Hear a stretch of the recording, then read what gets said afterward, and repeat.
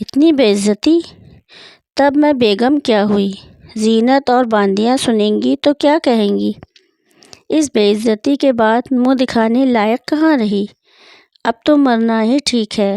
افسوس میں کسی غریب کی عورت کیوں نہ ہوئی۔ دھیرے دھیرے استریتو کا تیج اس کی آتما میں ادے ہوا۔ گرو اور دڑھ پرتیجھا کے چنہ اس کے نیتروں میں چھا گئے۔ وہ سانپنی کی طرح چوٹ کھا کر اٹھ کھڑی ہوئی۔ اس نے ایک اور خط لکھا: دنیا کے مالک، آپ کی بیوی اور کنیز ہونے کی وجہ سے آپ کے حکم کو مان کر مرتی ہوں۔ اتنی بے عزتی پا کر ایک ملکہ کا مرنا ہی مناسب ہے، مگر اتنے بڑے بادشاہ کو عورتوں کو اس قدر ناچیز تو نہ سمجھنا چاہیے کہ ادنیٰ سی بے وقوفی کی اتنی بڑی سزا دی جائے۔ میرا قصور تو اتنا ہی تھا کہ میں بے خبر سو گئی تھی۔ خیر، پھر ایک بار حضور کو دیکھنے کی خواہش لے کر مرتی ہوں۔ میں اس پاک پروردگار کے پاس جا کر عرض کروں گی کہ وہ میرے شوہر کو سلامت رکھے۔ سلیمہ۔ خط کو عطر سے سواست کر کے تازے پھولوں کے ایک گلدستے میں اس طرح رکھ دیا جس سے کسی کی اس پر نظر نہ پڑ پائے۔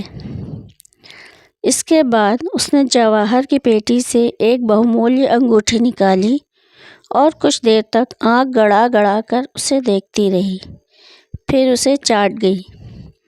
بادشاہ شام کی ہوا خوری کو نظر باغ میں ٹہل رہے تھے۔ 2-3 کھوجے گھبرائے ہوئے آئے اور چٹھی پیش کر کے عرض کی: حضور، غضب ہو گیا، سلیمہ بی بی نے زہر کھا لیا اور وہ مر رہی ہیں۔ کھڑ بھر میں بادشاہ نے خط پڑھ لیا، جھپٹے ہوئے محل میں پہنچے۔ پیاری دلہن سلیمہ زمین پر پڑی ہے، آنکھیں للاٹ پر چڑھ گئی ہیں، رنگ کوئلے کے سمان ہو گیا ہے۔ بادشاہ سے رہا نہ گیا، انہوں نے گھبرا کر کہا: حکیم، حکیم کو بلاؤ۔ کئی آدمی دوڑے۔ بادشاہ کا شبد سن کر سلیمہ نے ان کی طرف دیکھا اور دھیمے سور میں کہا: زہے قسمت۔ بادشاہ نے نزدیک بیٹھ کر کہا: سلیمہ، بادشاہ کی بیگم ہو کر تمہیں یہی لازم تھا؟ سلیمہ نے کشٹ سے کہا: حضور، میرا قصور معمولی تھا۔ بادشاہ نے کڑے سور میں کہا: بد نصیب، شاہی زنان خانے میں مرد کو بھیش بدل کر رکھنا معمولی قصور سمجھتی ہے؟ کانوں پر یقین کبھی نہ کرتا، مگر آنکھوں دیکھی کو جھوٹ مان لوں؟ جیسے ہزاروں بچھوؤں کے ایک ساتھ ڈنک مارنے سے آدمی تڑپتا ہے، اسی طرح تڑپ کر سلیمہ نے کہا: کیا؟ بادشاہ ڈر کر پیچھے ہٹ گئے۔ انہوں نے کہا: سچ کہو، اس وقت تم خدا کی راہ پر ہو۔ یہ جوان کون تھا؟ سلیمہ نے ہچکچا کر پوچھا: کون جوان؟ بادشاہ نے غصے سے کہا: جسے تم نے ساقی بنا کر اپنے پاس رکھا تھا۔ سلیمہ نے گھبرا کر کہا: ہیں؟ کیا وہ مرد ہے؟ بادشاہ: تو کیا تم سچ مچ یہ بات نہیں جانتی؟ سلیمہ کے منہ سے نکلا: یا خدا! پھر اس کے نیتروں سے آنسو بہنے لگے۔ وہ سب معاملہ سمجھ گئی۔ کچھ دیر بعد بولی: خاوند، تب تو کچھ شکایت ہی نہیں، اس قصور کی تو یہی سزا مناسب تھی۔ میری بدگمانی معاف فرمائی جائے۔ میں اللہ کے نام پر پڑھی کہتی ہوں، مجھے اس بات کا کچھ بھی پتہ نہیں ہے۔ بادشاہ کا گلا بھر آیا۔ انہوں نے کہا: تو پیاری سلیمہ، تم بے قصور ہی چلیں؟ بادشاہ رونے لگے۔ سلیمہ نے ان کا ہاتھ پکڑ کر اپنی چھاتی پر رکھ کر کہا: مالک میرے، جس کی امید نہ تھی، مرتے وقت وہ مزہ مل گیا۔ کہا سنا معاف ہو، ایک عرض لونڈی کی منظور ہو۔ بادشاہ نے کہا: جلدی کہو سلیمہ۔ سلیمہ نے ساہس سے کہا: اس جوان کو معاف کر دینا۔ اس کے بعد سلیمہ کی آنکھوں سے آنسو بہہ چلے اور تھوڑی ہی دیر میں ٹھنڈی ہو گئی۔ بادشاہ نے گھٹنوں کے بل بیٹھ کر اس کا للاٹ چوما اور پھر بالک کی طرح رونے لگا۔ غضب کے اندھیرے اور سردی میں یوک بھوکا پیاسا پڑا تھا۔ ایکا ایک گھور چیتکار کر کے کواڑ کھلے۔ پرکاش کے ساتھ ہی ایک گمبھیر شبد تہ خانے میں بھر گیا۔ بدنصیب نوجوان کیا ہوش حواس میں ہے؟ یوک نے تیور سور میں پوچھا۔ کون؟ جواب ملا، بادشاہ۔ یوک نے کچھ بھی ادب کیے بنا کہا، یہ جگہ بادشاہوں کے لائق نہیں ہے، کیوں تشریف لائے ہیں؟ تمہاری کیفیت نہیں سنی تھی، اسے سننے آیا ہوں۔ کچھ دیر چپ رہ کر یوک نے کہا، صرف سلیمہ کو جھوٹی بدنامی سے بچانے کے لیے کیفیت دیتا ہوں۔ سنیے، سلیمہ جب بچی تھی میں اس کے باپ کا نوکر تھا، تبھی سے میں اسے پیار کرتا تھا۔ سلیمہ بھی پیار کرتی تھی، پر وہ بچپن کا پیار تھا۔ عمر ہونے پر سلیمہ پردے میں رہنے لگی اور پھر وہ شہنشاہ کی بیگم ہوئی، مگر میں اسے بھول نہ سکا۔ 5 سال تک پاگل کی طرح بھٹکتا رہا، انت میں بھیش بدل کر باندی کی نوکری کر لی۔ صرف اسے دیکھتے رہنے اور خدمت کر کے دن گزار دینے کا ارادہ تھا۔ اس دن اجول چاندنی، سگندھت پشپ راشی، شراب کی اتیجنا اور ایکانت نے مجھے بے بس کر دیا۔ اس کے بعد میں نے آنچل سے اس کے مکھ کا پسینہ پوچھا اور منہ چوم لیا۔ میں اتنا ہی خطاوار ہوں، سلیمہ اس کی بابت کچھ بھی نہیں جانتی۔ بادشاہ کچھ دیر چپ چاپ کھڑے رہے، اس کے بعد وہ دروازے بند کیے بنا ہی دھیرے دھیرے چلے گئے۔ سلیمہ کی مرتیو کو 10 دن بیت گئے۔ بادشاہ سلیمہ کے کمرے میں ہی دن رات رہتے ہیں۔ سامنے ندی کے اس پار پیڑوں کے جھرمٹ میں سلیمہ کی سفید قبر بنی ہے۔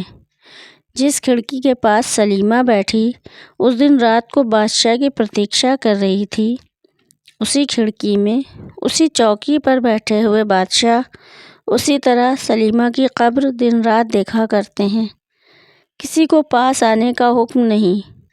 جب آدھی رات ہو جاتی ہے تو اس گمبھیر راتری کے سناٹے میں ایک مرم بھیدنی گیت دھونی اٹھ کھڑی ہوتی ہے۔